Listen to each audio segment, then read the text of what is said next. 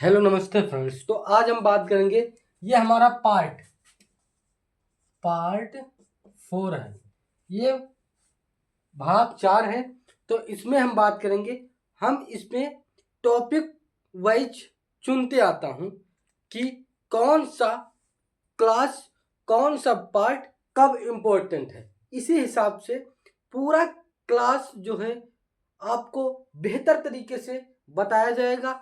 और अगर आप लोग, पहली बात हमने बोला था कि आप एक सब्जेक्ट को, ऑप्शनल सब्जेक्ट को इतना पढ़िए कि कोई अगर पूछ ले कि कौन से पृष्ठ पे क्या लिखा है तो आप बता सकते हैं। क्योंकि ये करने के लिए आपको किसी सब्जेक्ट को बराबर रेगुलर पर डे जरूर पढ़ना होगा। तो ये आपका क्या चल रहा, भूगोल।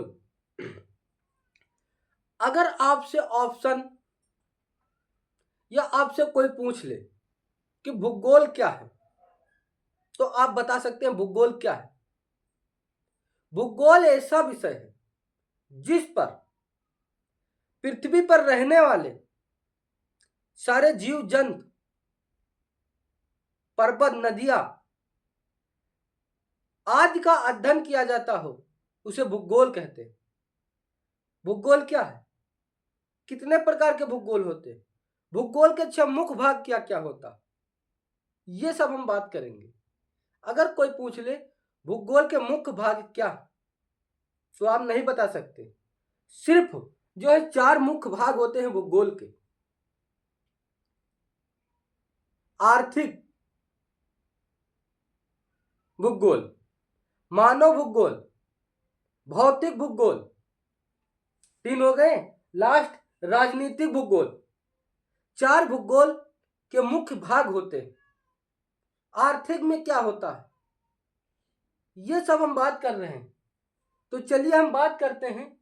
फर्स्ट आपका क्या दिया गया है, भौतिक भूगोल।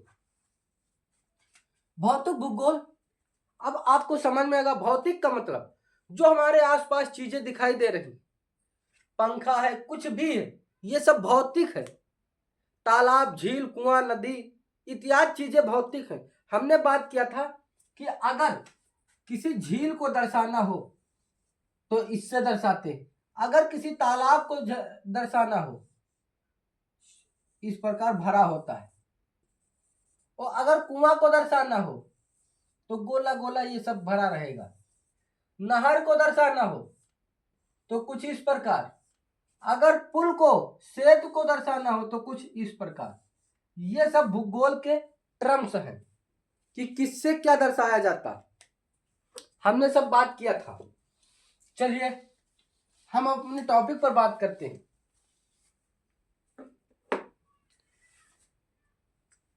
भौतिक भूगोल क्या है। भौतिक का मतलब आप समझ रहे हैं कि अभी हम बता भी दिए हैं कि पर्वत, नदियां, जलवायु इत्यादि चीजें सब भौतिक के अंतर्गत आती हैं। तो भौतिक विज्ञान में क्या अध्ययन किया जाएगा, पृथ्वी की प्रकृति, यानी जो प्राकृतिक है। तो पृथ्वी पर प्राकृतिक स्वरूपों का अध्ययन किया जाता है। प्राकृतिक यानी भौतिक भूगोल में पृथ्वी पर प्राकृतिक स्वरूपों का अध्ययन किया जाता। प्राकृतिक क्या है, नदी प्राकृतिक है, जलवायु प्राकृतिक है, पर्वत प्राकृतिक है। तो हम भौतिक विज्ञान में प्राकृतिक स्वरूपों का अध्ययन करेंगे। नेक्स्ट क्या है, मानव भूगोल। मानव से आपको पता चलता है कि हम मानव के बारे में अध्ययन करेंगे। मानव के बारे में अध्ययन करेंगे तो मानव के बारे में क्या अध्ययन करेंगे, जनसंख्या अध्ययन करेंगे, मानव कैसा काम करता है, खेती करता है, उसके बारे में अध्ययन करेंगे। मानव का परिवहन क्या है, नगर क्या है, शहर क्या है, उसके बारे में अध्ययन करेंगे। तो मनुष्य के आर्थिक कार्यों का अध्ययन करेंगे। हम अभी बताए हैं कि मानव भूगोल में मनुष्य और पर्यावरण का संबंध का अध्ययन करेंगे। मनुष्य और पर्यावरण के संबंध का अध्ययन करेंगे कि जनसंख्या, खेती, उद्योग, शहर, परिवहन ये क्या है। नेक्स्ट क्या है, आर्थिक भूगोल। आर्थिक का मतलब आप समझ रहे हैं, जैसे अभी एक हाल ही में 2029 में 19 में एक आरक्षण लागू हुआ, 10% आरक्षण, 10% आरक्षण। WEWS यानी आर्थिक रूप से जो कमजोर। तो यहाँ पे आर्थिक भूगोल, कुछ समझ में आ रहा है? इससे आपको रटने की कोई जरूरत नहीं, रटोगे तो कुछ नहीं याद। आर्थिक, आर्थिक का क्या मतलब होता है? मनुष्य के आर्थिक कार्यों का अध्ययन करेंगे। आर्थिक कार्य क्या है? व्यापार है, संसाधन है, उत्पादन है, ये सब मनुष्य के आर्थिक कार्य हैं। आर्थिक भूगोल का मतलब मनुष्य के आर्थिक कार्यों का, कामों का अध्ययन करेंगे। व्यापार है, व्यापार है, संसाधन वितरण है, उत्पादन है, ये सब क्या है? ये आर्थिक भूगोल है। मनुष्य का आर्थिक भूगोल मनुष्य का काम है, कार्य है ये सब।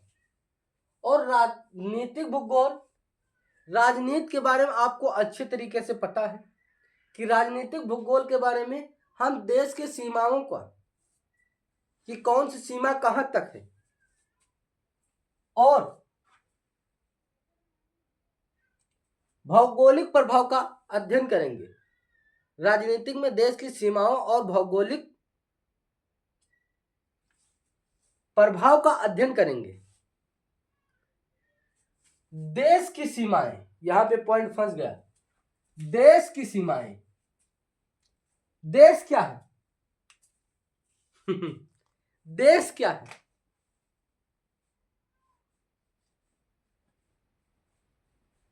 ये बताइए, देश क्या है? भारत देश, पाकिस्तान देश क्या है? नहीं पता। चलिए, सरकार क्या है? हमने बात किया था सरकार क्या है। सरकार ही देश का मूर्त अमूर्त रूप से मूर्त रूप में परिवर्तन करता है। यानी ये देश जो है, ये कहीं दिखता नहीं है कि कहां से कहां तक देश है। ये सिर्फ सरकार ही देश को अमूर्त रूप से मूर्त रूप में परिवर्तित करता है। यानी उसका कोई रूप नहीं है, सरकार का, देश का कोई रूप नहीं है। उसको रूप बनाने के लिए सरकार मेहनत करती है। सरकार के 3 अंग आते हैं, हमने बात किया था, 3 भाग होते हैं। सरकार के अंडर में 3 भाग होते हैं। सरकार जो 3 प्रकार की होती है, न्यायपालिका, विधायिका और कार्यपालिका।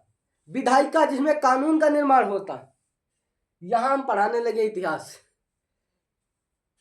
विधायिका जो है कानून का निर्माण करती, जहां नए नए कानून बनते हैं और कानून का संशोधन होता है, उसे विधायिका बोलते हैं।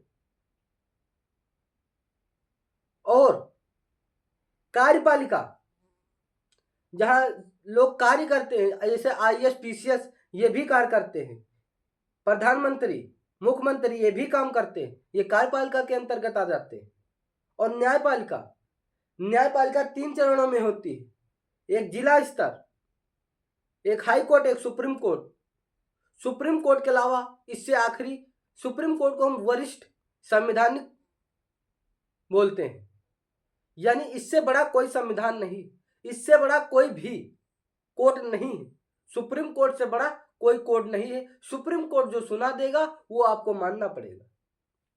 तो राजनीतिक भूगोल के बारे में हम बात कर रहे थे। देश की सीमा और शासन व्यवस्था, भौतिक प्रभाव का अध्ययन किया जाता है। अब हमने भौतिक, मानव और आर्थिक, राजनीतिक पर बात कर ली। अब हम भूगोल ये सब क्या बच रहे हैं भूगोल के बारे में, कि भूगोल क्या है। यहां पे ध्यान दीजिए बेटा, भूगोल क्या है, बस एक लाइन में। भूगोल वह विषय है, यहां पे ध्यान दीजिए, भूगोल वह विषय है जो बताते हैं कि पृथ्वी कैसी है, पृथ्वी पर लोग कैसे रहते हैं। भूगोल क्या है? भूगोल एक ऐसी विषय है जो यह बताती है कि पृथ्वी क्या है, पृथ्वी कैसी है, पृथ्वी पर लोग कैसे रहते हैं। और मनुष्य का जीवन पृथ्वी पर कैसे जीना संभव है, ये सब जियोग्राफी भूगोल बताती है। तो भूगोल का अर्थ समझ में आ गया। भू का मतलब लैंड, भूमि, और गोल का मतलब ये एक ग्रीक शब्द से लिया गया है। और यहाँ पे भूगोल वह विषय है जो यह बताती है कि पृथ्वी कैसी है, उस पर क्या क्या है, और मनुष्य उस पर कैसे जीवन जीता है, ये सब भूगोल कहलाती है। अब बात करेंगे, क्योंकि हम अक्षांश रेखाएं और देशांत रेखाएं हर टॉपिक पे बात करते हैं, हर वीडियो में बात करते हैं। बेलछा खड़ा, क्षैतिज ऊर्ध्वाधर। एक तरबूज लीजिए, तरबूज को इस प्रकार काटिए कि हम खाने जाते हैं, तो तरबूज को हम इस फाके में कम से कम काटेंगे, कुछ